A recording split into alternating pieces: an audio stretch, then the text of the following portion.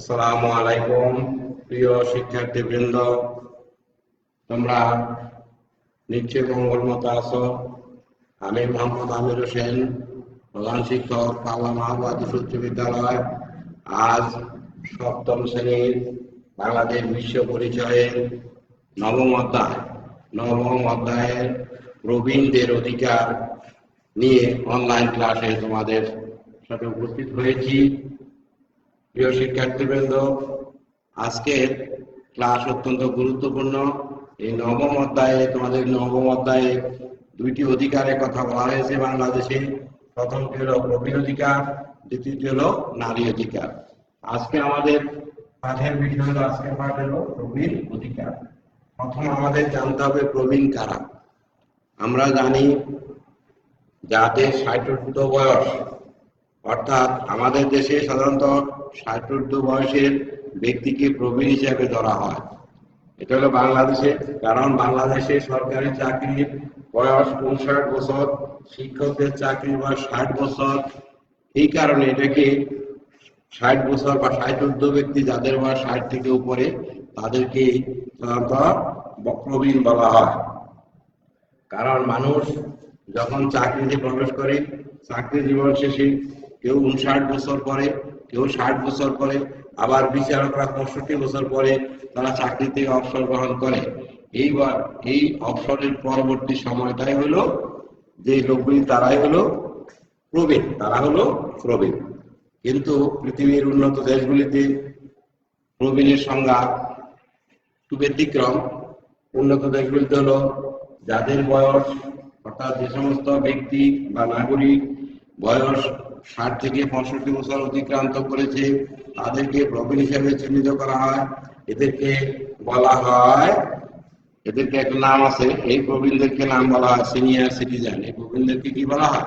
Senior citizen. পৃথিবীর বিভিন্ন দেশেদেরকে প্রবীণদেরকে senior citizen বলা হয়। প্রিয় শিক্ষার্থীবৃন্দ, এই প্রবীণদের সঙ্গে আমাদের কি অবস্থা, কি ব্যবহার করতে হবে, তাদের কি অধিকার আছে, সমাজ তাদের জন্য কি অধিকার দিয়েছে, রাষ্ট্র তাকে কি অধিকার দিয়েছে, পরিবার থেকে কি অধিকার পাবে বা ভোগ করবে, এই বিষয় নিয়ে আমরা আজকে আলোচনা করব। প্রথম প্রবীণদের অধিকারের মধ্যে আছে পর্যাপ্ত খাদ্য, পানীয়, পরিবেশ, বস্ত্র, স্বাস্থ্য। মানুষের যে মৌলিক অধিকারের মধ্যে শুধু 5টির মধ্যে 4টি তারা পেতে হবে। এই বয়সে তারা 5টা পাবে। তার মধ্যে একটা হলো খাদ্য, বস্ত্র, তারপরে চিকিৎসা এবং বাসস্থান। এইগুলি তারা পাবে। এটা তার অধিকার, এটা তার নাগরিক অধিকার। কাজ করা বা অন্য কোনো, যদি সে নিজে কাজ করতে পারে বা অন্য কোনো উপায়ে যদি সে উপার্জন করতে পারে, এটা তার অধিকার আছে। অন্য কোনোভাবে উপার্জন করা তার অধিকার আছে। কোনো কায়িক শ্রম থেকে অবসর গ্রহণ করলে সে অধিকার সে গ্রহণ করতে পারে। অর্থাৎ সে যদি কোনো কায়িক শ্রম ছাড়া কোনো কাজ করতে চায়, এটা তার শরীরের উপর কোনো প্রভাব বিস্তার করবে না, তাহলে সেই কাজ সে করতে পারবে। এটা তার অধিকার। নিজের পছন্দ ও খাপ করে সে চলতে পারবে এবং নিরাপদ ও সামঞ্জস্য পরিবেশে সে বসবাস করতে পারবে। তারপরে যথাযোগ্য প্রশিক্ষণ, সে যদি মনে করে তার প্রশিক্ষণের প্রয়োজন, তাহলে সে প্রশিক্ষণ গ্রহণ করতে পারবে। যত দীর্ঘ সময় সে পরিবারের সাথে একাত্রে থাকতে হবে। তারপরে এবার আরো কিছু অধিকার আছে, যেমন তারা পারিবারিক এবং সামাজিক বিভিন্ন নীতি নির্ধারণে তারা গুরুত্বপূর্ণ ভূমিকা পালন করতে পারবে। কিন্তু দুর্ভাগ্য হলো সত্য, আমাদের দেশে এখন প্রবীণদেরকে কোনো মূল্যায়ন করা হয় না। তাদেরকে বলা হয় আপনাদের বয়স শেষ, আপনারা বুড়ো হয়ে গেছেন, আপনাদের মতামতের কোনো গুরুত্ব নাই। কিন্তু রাষ্ট্রীয়ভাবে বলা আছে যে কোনো সামাজিক উন্নয়ন, পরিবারের কোনো নীতি নির্ধারণ ক্ষেত্রে এই সিনিয়র সিটিজেনদের সুপারিশ বা মতামত নেওয়া দরকার। সাধ্য অনুযায়ী তার স্বাস্থ্যসেবা দিতে হবে। তার উন্নয়নমূলক কাজে তিনি অংশগ্রহণ করতে পারবেন, কোন উন্নয়নমূলক কাজে তিনি মতামত প্রদান করতে পারবেন। সংগঠন গড়ে তোলার ক্ষেত্রে তিনি যে কোনো সংগঠন, যেমন ক্লাব, সেবা কেন্দ্র, বা দুস্থদের আশ্রয় কেন্দ্র, এরকম কোন সেবা কেন্দ্র তৈরি করতে চাইলে তাকে সেই সুযোগও দিতে হবে। তারপরে আসো পরিবারের যারা পরিবার এবং সমাজ, পরিবার তা কি করবে, তার ভরণ পোষণ দিবে, তার বাসস্থানের সুযোগ দিবে, তার সেবা করবে, যত্ন করবে, এবং সমাজও তাকে সমাজে তাকে বিভিন্ন মতামত প্রকাশের সুযোগ দিবে, সমাজের সাথে সেই সমাজের উন্নয়নমূলক কাজে সে মতামত দিতে পারবে, সমাজের বিভিন্ন কাজেও সে অংশগ্রহণ করতে পারবে। এছাড়া তার আরো কিছু অধিকার রয়েছে, যেমন দৈহিক, মানসিক, আবেগিক ক্ষেত্রে, দৈহিক ক্ষেত্রে, মানসিক ক্ষেত্রে, আবেগের ক্ষেত্রে, এই সমস্ত ক্ষেত্রে তিনি কি করতে পারবে, স্বাস্থ্য চিকিৎসা সুবিধা পাবে। নিজস্ব সক্রিয়তা, নিজের ইচ্ছা মতো চলতে পারবে, তার উপর কোনো বিধি নিষেধ করা যাবে না, তাকে বলা যাবে না যে আপনি এ জায়গায় যাবেন না, ওখানে যাবেন, এরকম কোনো বিধি নিষেধ করা যাবে না। তারপরে হলো আশ্রয়। যেহেতু এই মানুষটি একসময় পরিবারের ভরণ পোষণের দায়িত্ব কাঁধে নিয়ে চাকরি করে পরিবারটিকে পরিচালনা করেছে, তাই এই পরিবারের অন্যান্য, আজ তিনি সিনিয়র সিটিজেন হওয়ার কারণে তিনি হয়তো কায়িক শ্রম করার ক্ষমতা হারিয়ে ফেলেছেন অথবা চাকুরি থেকে অবসর গ্রহণ করেছেন, তাই পরিবারের অন্যান্য সদস্য তার প্রতি যত্নবান হতে হবে এবং মনে রাখতে হবে এই ব্যক্তিটির যার জন্যেই আজকে আমরা পরিবারের লোকগুলি বড় হয়েছি, পরিবারের লোকগুলি দীর্ঘদিন তার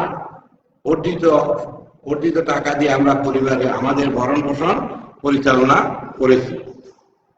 তারপর যারা তাদেরকে আশ্রয় কেন্দ্রে দেওয়া যাবে না, আশ্রয় কেন্দ্রে না দিয়ে তাদের জন্য শুশ্রূষার ব্যবস্থা করতে হবে। যখনই তারা কোনো পারিবারিক এবং নিজেদের প্রতিভা পূর্ণ বিকাশ ঘটাতে চায়, যেমন পরিবারে অনেক সদস্য আছে যারা নিজের পূর্ণ বিকাশ ঘটাতে চায়, মতামত দিতে চায়, নতুন কাজে গন্তব্য বলতে চায়, তখন তাদের সেই সুযোগ দেওয়া। শিক্ষা, সাংস্কৃতিক, আধ্যাত্মিক, বিনোদনের সম্পত্তি, এগুলি শিক্ষা, সে যদি বয়স্ক শিক্ষা অংশগ্রহণ করতে চায় তাকে সেই সুযোগ দেওয়া, সে যদি কোনো চিত্ত বিনোদন অর্থাৎ কোনো গান, নাটক, খেলাধুলা ইত্যাদি দেখতে চায় তাকে সেই সুযোগ দেওয়া উচিত।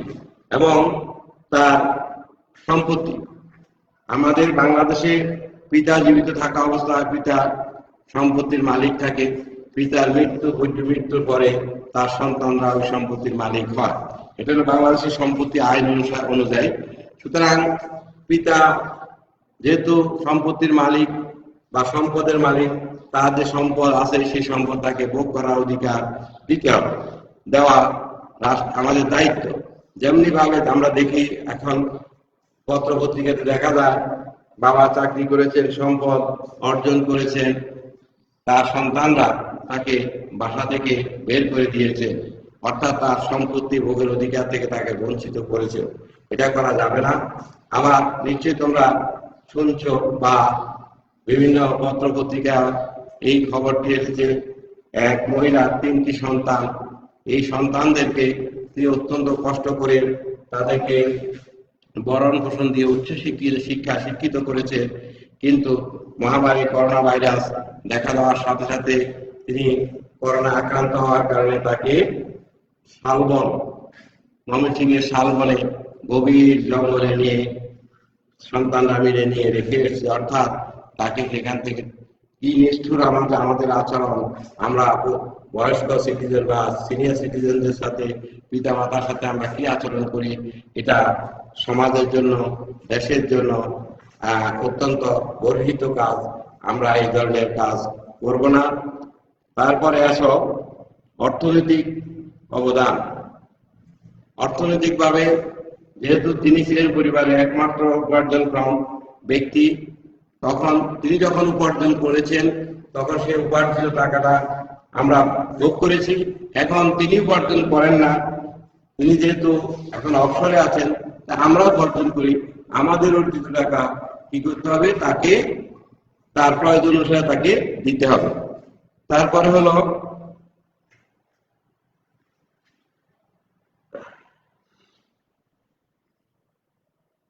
মুক্ত চিন্তা, তাকে মুক্ত চিন্তার মাধ্যমে অর্থাৎ মুক্ত চিন্তার মাধ্যমে সে যেন চলতে পারে। অর্থাৎ তাইলে আমরা এতক্ষণ পর্যন্ত যে আলোচনা করলাম, এই আলোচনা থেকে আমরা আবার একটু রিক্যাপ করি বা পুনরালোচনা করি।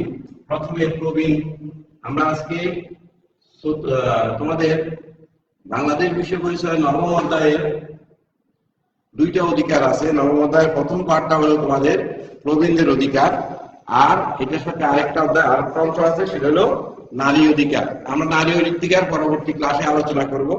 আজকে প্রবীণ অধিকার নিয়ে তোমাদের সাথে এতক্ষণ আলোচনা করেছি। প্রবীণ কারা সেটা বলেছি। তারা প্রবীণ যাদের বিশেষ করে 60 বয়সের ব্যক্তিদেরকে প্রবীণ বলা হয়। কেন প্রবীণ ধরা হয়? কারণ এই বয়সে তারা সরকারি চাকরি থেকে অবসর গ্রহণ করেন। অবসর গ্রহণ করার পরে তারা কি করে বেকার হয়ে যায়, তখন তারা পরিবারের অন্যান্য সদস্যের উপর আশ্রয় গ্রহণ করে বা অন্যান্য সদস্যের সাহায্য প্রার্থী হয়।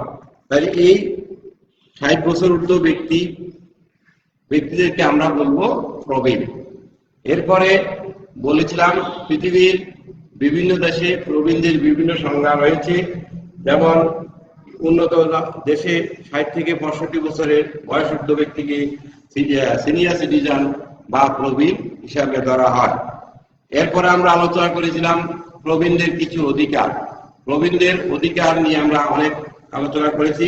এখন আমরা এই প্রবীণদের প্রতি আমরা কিরূপ আচরণ, আমরা যে বিরূপ আচরণ করি সেই বিরূপ আচরণের কিছু অংশ আলোচনা করব।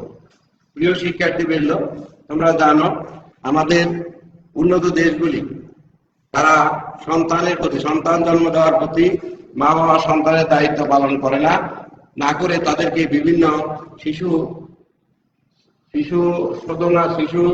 পালন কেন্দ্রে রেখে দেয়, সেখানে শিশু বড় হয়। অর্থাৎ সন্তানের সাথে মা বাবার যে দূরত্ব সৃষ্টি হয়, পরবর্তী যখন সন্তান বড় হয়, মা বাবা বৃদ্ধ হয়, তখন সন্তান তাকে বিভিন্ন আশ্রয় কেন্দ্রে নিয়ে রাখে। আমাদের এই বাংলাদেশেও এরকম কিছু আশ্রয় কেন্দ্র, প্রবীণদের আশ্রয় কেন্দ্র আছে। এই প্রবীণদের আশ্রয় কেন্দ্রে আমরা প্রথম প্রতিজ্ঞা করব, আমরা আমাদের পরিবারের যারা সিনিয়র সিটিজেন, যারা বয়সুদ্ধ 60 বয়সের প্রবীণ, তাদেরকে আমরা তাদের সেবা করব, তাদের সাথে আমরা ভালো আচরণ করব। আমরা যা খাদ্য খাইব তাদেরকে তা দিব। আমরা যা তাদের সকল সুযোগ সুবিধাগুলি পরিপূর্ণ করব, এবং তাদেরকে আমরা কি করবো, আশ্রয় কেন্দ্রে দিব না। কেননা আশ্রয় কেন্দ্রে দিলে তখন তার পরবর্তী প্রজন্ম অর্থাৎ আমার সন্তানরাও একসময় আমাকে কি করবে, আশ্রয় কেন্দ্রে পাঠাতে পারবে। এবার আসো প্রবীণদের সমস্যা। এরপর হলো প্রবীণদের সমস্যা। আমাদের দেশে প্রবীণদের সমস্যা কি সমস্যা আছে, অর্থাৎ বাংলাদেশে প্রবীণরা কি সমস্যার মধ্যে পড়ে। আমাদের দেশে অনেকটা ছিল পরিবারগুলি একান্নভুক্ত পরিবার। এই পরিবারের ভূমিকা, যিনি পরিবারের প্রধান থাকে, তিনি সকলের দায়িত্ব পালন করে। একসময় তিনি রিক্ত হস্ত হয়ে যায়, ফলে পরিবারের অন্যান্য সদস্য তখন তাকে বোঝা হিসাবে মনে করে, সেই জন্য তার সাথে ভালো ব্যবহার করে না। অর্থাৎ পরিবার তাকে একটা বোঝা স্বরূপ হিসাবে তার সাথে আচরণ করে। তার অসুখ বিষয়কে তাকে সেবা দেয় না, তাকে চিকিৎসা করানো হয় না, এমনকি তাকে ঠিক মতো খাদ্যও দেওয়া হয় না। এছাড়াও আমাদের দেশের কিছু পরিবার আছে যেখানে নারীরা প্রবীণদেরকে কোনো মূল্যায়নও করে না। তাই এই ক্ষেত্রে আমাদের উচিত পারিবারিকভাবে পরিবারের সকল সদস্য প্রবীণ সদস্যটিকে বা সিনিয়র সিটিজেনকে নিজের সাথে, আমাদের সাথে তার মতামত গ্রহণ করে তাকে সুস্থভাবে চলার সুযোগ করে দেওয়া। 2, অর্থনৈতিক সমস্যা। বিশেষ করে বাংলাদেশে একবারে উঁচু শ্রেণী এবং নিচু শ্রেণী, এই দুই শ্রেণীতে সিনিয়র সিটিজেনের অবস্থা অত্যন্ত ভয়াবহ। নিচু শ্রেণী যারা, তারা স্বল্প আয়, নিজেই দিনে দিন খেতে পারে না, ফলে তারা মা বাবার খোঁজ খবরও নেয় না। এই মা বাবা বিভিন্ন আশ্রয় কেন্দ্রে আশ্রয় নেয় বা বিভিন্ন রাস্তায় বা বিভিন্ন স্থানে আশ্রয় নিয়ে তারা কি করে পরের নিকট হাত পাততেও বাধ্য হয়। আবার সমাজের উচ্চ শ্রেণী যারা নিজের স্ট্যাটাস বজায় রাখার জন্য মা বাবাকে তার কাছে না রেখে মা বাবাকে কি করা হয়, আশ্রয় কেন্দ্রে দিয়ে থাকে। এরপরে শারীরিক, যেহেতু আমরা জানি আমাদের একটা নির্দিষ্ট বয়স পর্যন্ত আমরা বেঁচে থাকি, নির্দিষ্ট বয়স পরে আমাদেরকে মৃত্যুবরণ করতে হয়। 60 ব্যক্তি যখনই 60 বছর তার অতিক্রান্ত হয় তখন জীবনের 2/3 সময় বা অধিকাংশ সময় শেষ হয়ে যায়, তখন সে বিভিন্ন রোগে আক্রান্ত হয় এবং তার বিভিন্ন শারীরিক সমস্যা দেখা দেয়। অনেক ক্ষেত্রে সন্তানরা অর্থনৈতিক খরচ বা অর্থনৈতিক ভাবে স্বাবলম্বী থাকলেও পিতামাতার চিকিৎসা করান না, পিতামাতাকে সেবা শুশ্রূষা দেন না, ভালো ডাক্তার দেখান না, ওষুধ কিনে দেন না। এই ক্ষেত্রে পিতামাতা অনেক অসহায় অবস্থায় থেকে একসময় প্রবীণ নিজেই মারা যান। প্রবীণ বয়সে মানুষের শারীরিক শক্তি কমে আসে, নানা রোগ ব্যাধি তার শরীরে বাঁধে। মানুষ একটু বিশ্রাম, একটু আরাম চায়, কিন্তু তার সন্তানরা তাকে সে আরাম বা তার পরিবারের লোকরা তাকে সে আরামটুকু দেয় না এবং তার ভাগ্যে সে আরাম জোটে না। ফলে অসুস্থ হয়ে বিনা চিকিৎসায় তিনি একসময় মারা যান।